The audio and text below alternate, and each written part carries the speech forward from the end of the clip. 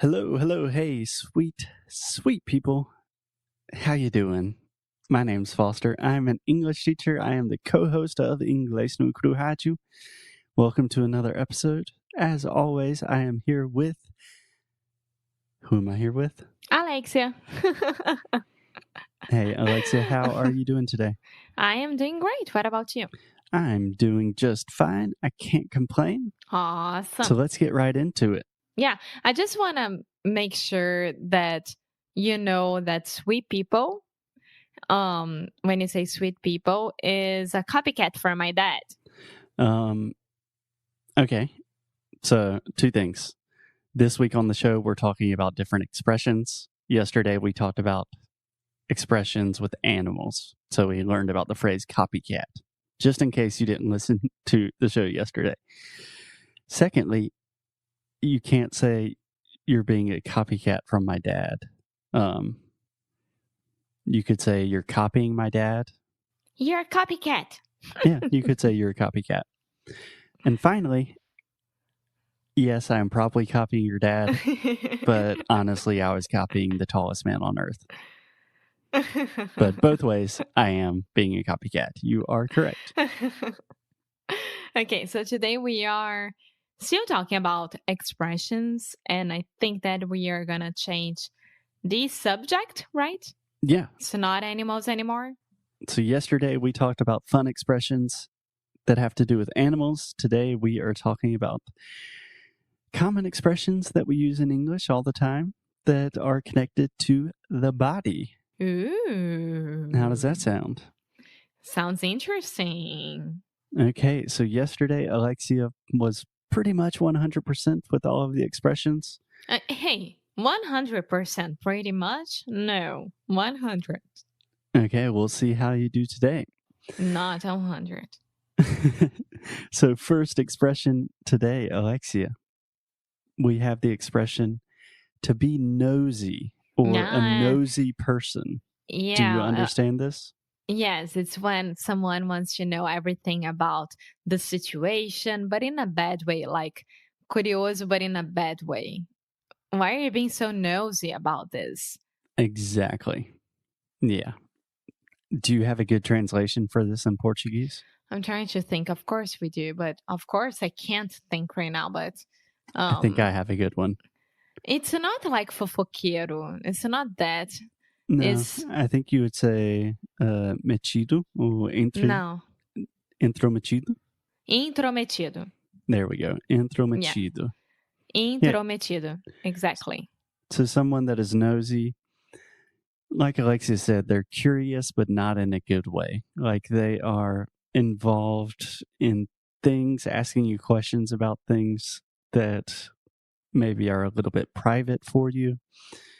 They're just in your business too much. Yeah, exactly. Yeah. Do you have maybe friends or people you know that are nosy? Yes, I used to. They are not my friends anymore.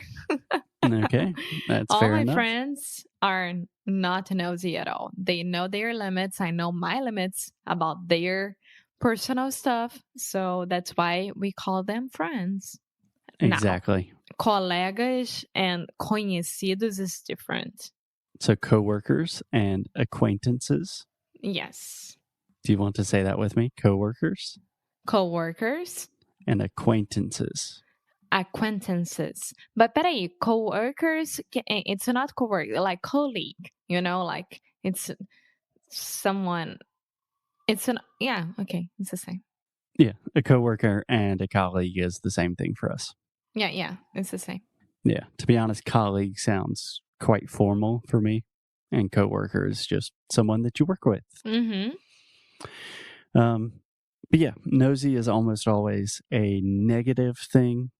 The two most common examples I can think of is just like, don't be nosy. Like, hey, don't worry about that. That's my personal issues.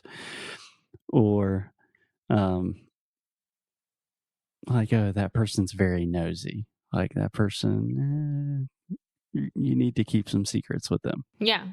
And that's why I'm saying, like, they're not your friends, so. Yeah, cool. Okay. expression number 1, check. Good job, Alexia. Are you ready for the second expression connected to the body? Yes. Okay. If someone has a big mouth, or if someone is a big Fofoqueiro. mouth. Yeah, fofoqueiro. That, this person talks about the other people's lives and it's a fofoqueiro. Yeah, I think that's a pretty good translation. So someone with a big mouth it's not only with gossip, like fofoca, but also it's just someone that talks too much, but especially about things Tagarela. that should be private. Okay, so someone who talks too much in Portuguese, we would say like tagarela. It doesn't stop talking at all. And when it's about the other people's business, we would say, Do you remember yesterday we recorded podcast and I had to correct you many times about the same mistake? about other people's business. About other people's business. Yes, I didn't say the other people. You did say the other people. No, not the second time. Yeah. So Alexia has the tendency when she's talking about other people to say the other people. But in English, it's already implied when we say other people that we're talking about the other people. So we don't use the in that case. Okay? Okay. Cool. Yeah. So a big mouth or someone with a big mouth does not physically mean that someone has a large mouth. It means you probably don't want to tell that person a lot of your secrets because they will probably tell the whole world. Mm-hmm. Cool. Okay. Are you ready for the next one? Did you have any problems with someone being a big mouth next to you? Most of my friends are pretty quiet. Yeah. Well, okay. Next one. Okay. Next phrase. Can I get a quick drum roll, por favor? Next English expression connected to the body is to see eye to eye.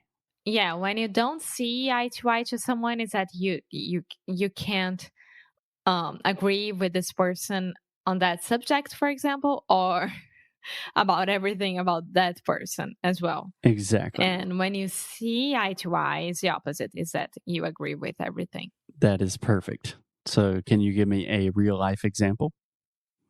I mean, you can create an example, but give me an example. We don't see eye to eye about politics with our parents. Okay, with our parents, yeah. I was going to say, what do we not see eye to eye on with politics? I think we're kind of on the same page. With our parents. Yeah, that is an understatement. Yeah, so to see eye to eye, you can imagine if you are looking at someone directly, like your eyes are meeting their eyes perfectly. It's like balance. You're on the same page. So if you see eye to eye, that means you agree with them. You guys are good. If you don't, that means there is disagreement. Yes. Cool. Great job. Okay. Ready for the next one? Yeah. Okay. I think you know this one, but we probably use kind of a different version most of the time. So the next phrase, a pain in the neck. Which we use with ASS. Yes. So most of the time, Alexia and I say a pain in the ass. Ass can be a pain in the ass. It's not like a strong phrase, but it can be a little bit inappropriate in some context. And lately, I'm trying to clean up my language on the podcast a little bit. So, a pain in the neck.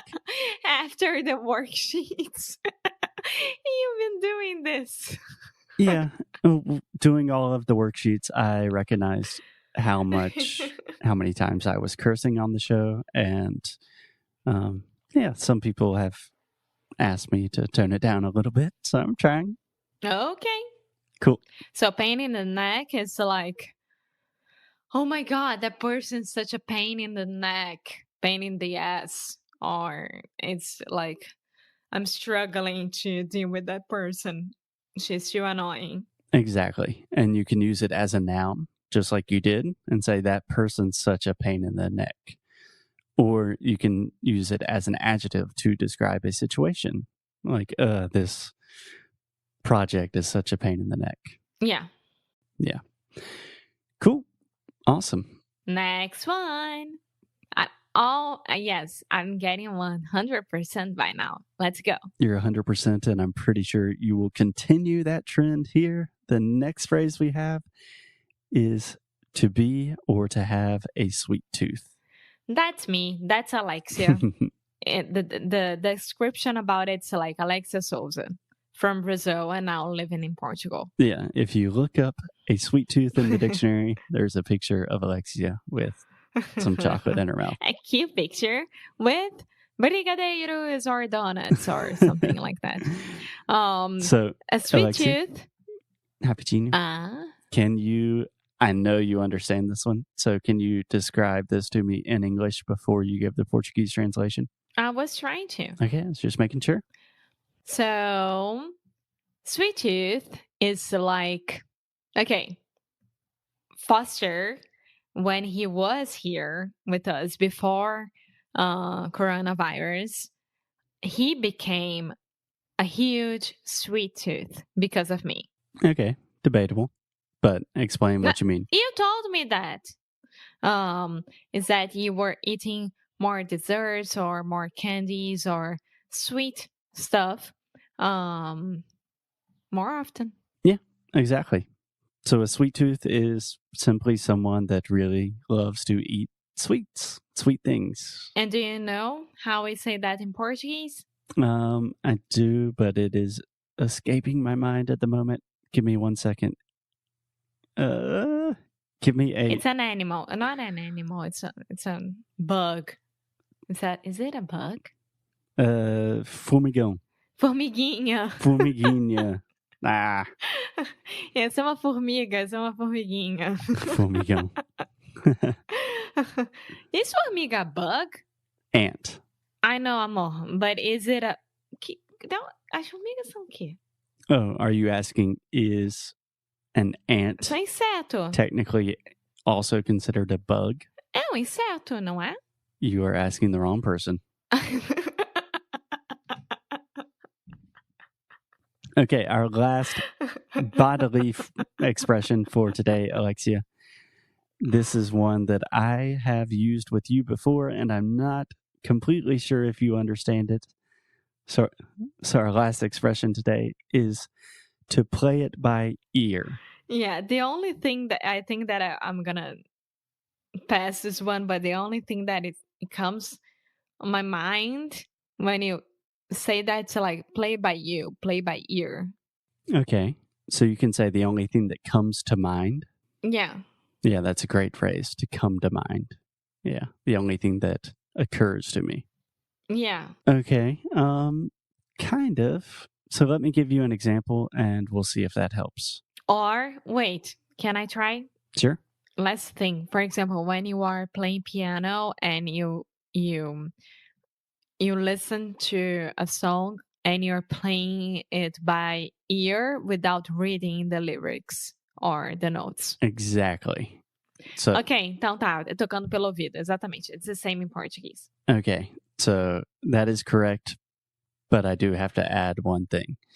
So in music, we have the phrase to play by ear or to play something by ear, which means you are not using sheet music or you don't have any resources to help you. You're just listening to the music and you're figuring out the music just by listening to it. Yeah, exactly. Okay, so that is one thing, and that is specifically in the context of playing music.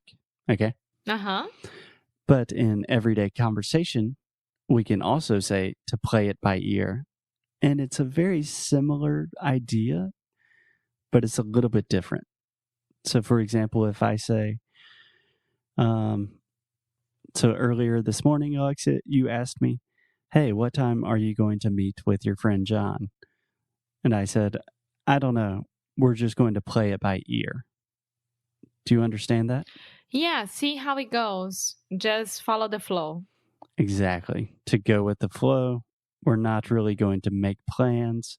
We're just going to do things naturally and see what happens. Ah, yeah. Yay. Well, I could say that I did pretty good. Yeah, to play it by ear is a very, very useful phrase. Do you have a good translation for this in Portuguese? Minha mãe falava escutar tipo, seguir pelo ouvido. For example, she used to be a ballet dancer from Teatro Municipal of Rio. A ballet dancer. Yeah, Episode and 96, Como pronunciar palavras francesas em inglês. okay, so sometimes they were rehearsing. Oh my god. Yeah, and they didn't have the maestro. The conductor or something like that, director. Yeah, and there were some people who used to play the orchestra, and they were there, and then the dancers were there as well, so they like asked to play something really quick so they could rehearsal, so they were playing it by ear. Estavam tocando só pelo ouvido. But I'm not sure if this is a correct one. Yeah, I think so. That's a very specific example with very specific context. I'm imagining, so imagine in Portuguese, if you're trying to plan something with someone and you don't really want to make very specific plans, what would you say? Like, let's just go with the flow. Let's just see what happens. Vamos ver como é que é. Yeah. I don't know, because music related is what I said, like tocar de ouvido. Yeah, I was thinking something like, vamos ver, vamos deixar rolar. Vamos ver o que acontece. It's like improviso, right? So exactly, it is to improvise, but I was looking for a better word than to improvise. I don't know. Maybe next episode we'll have a better word and then we can talk about it. But yeah, you guys get the point. To play it by ear, to go with the flow, to just kind of take things easy. Okay, cool. There you go, Alexia. I believe that was, let's see, 1, 2, 3, 4, 5, 6 fantastic phrases talking about the body. These are all very, very common. We use these all the time. So in your next conversation, try to use these things. And I think native speakers will be really happy and really impressed with you. Awesome. Okay. Thanks, guys. We will see you tomorrow. Bye.